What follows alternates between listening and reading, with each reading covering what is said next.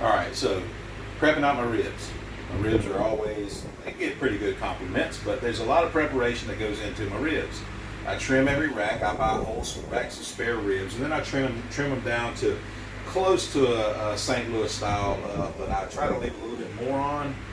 But anyway, so when I get my ribs, you know, it's still got the bones here, and so I just kind of take and typically I'm going to slice that off, and then I go straight across and get all that brisket meat off of there. Okay. Now then, we still got the flap here, and I trim that down.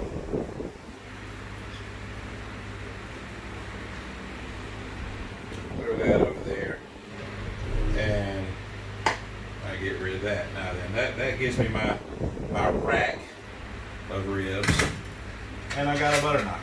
Okay, my butter knife I use, and I pull off any type of extra fat that I may have that's on there. I don't like to pull all the fat, but just like anything, when you're cooking, you know, you like to have some fat on there, because when you render that fat down, there's just nothing that makes meat taste better. But that's not where I am. Okay, I take my butter knife and I go in here and I separate this cartilage, okay, or the silver skin, and I'll flip it around.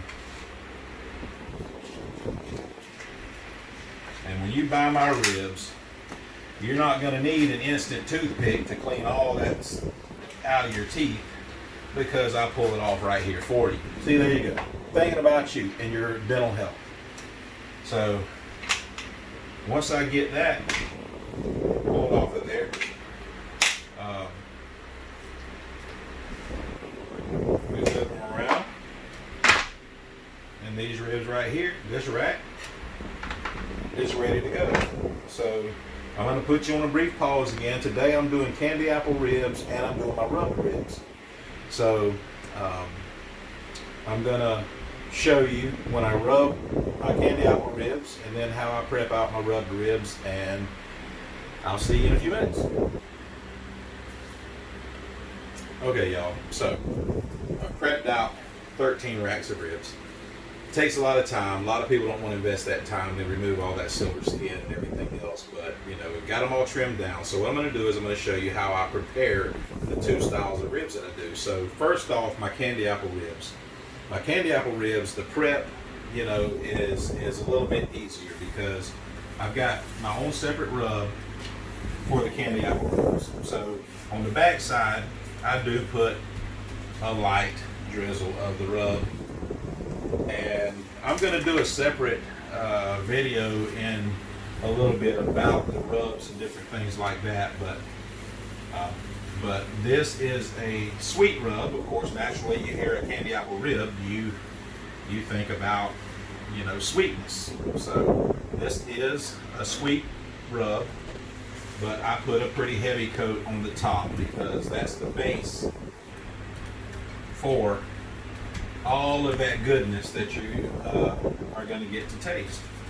And I'm going to prep them, and actually that's all I do. That's the first step of the candy apple ribs, and you know, there's a lot more to that process that I'm not going to get into, because that's what makes the candy apple ribs proprietary to Big Jim Smokin' Butts and one other person who we collaborated on this recipe. And you know, Smokin' John, between my rub and his process, we come up with that candy apple rib recipe, and that's a competition rib, and that is the one that's going to win you all the money if you're cooking it at the competition, and that is a fan favorite for sure amongst all of you guys. So that's the first step of that one.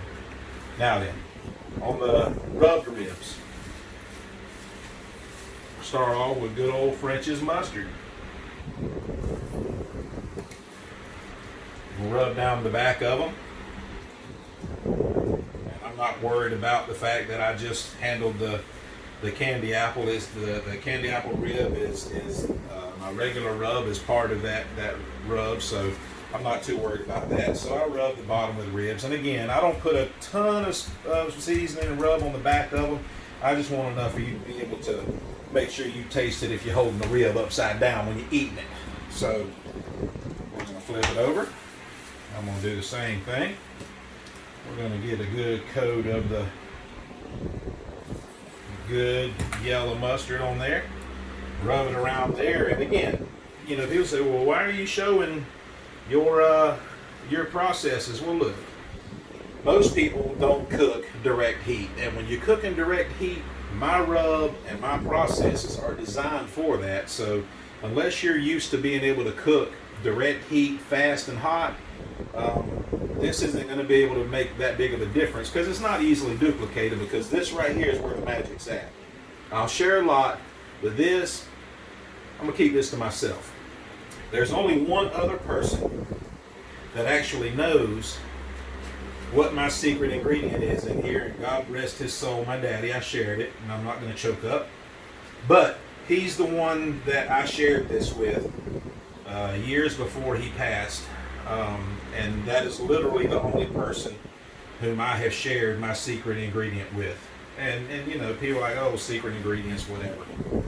But you know, it's a good portion of the mustard and my rub. But I'm going to do all of them like that. And you can see, and that also resembles the good old Florida State Seminoles, garnet and gold. I just saw that, but this is the first time I've really prepped them side by side.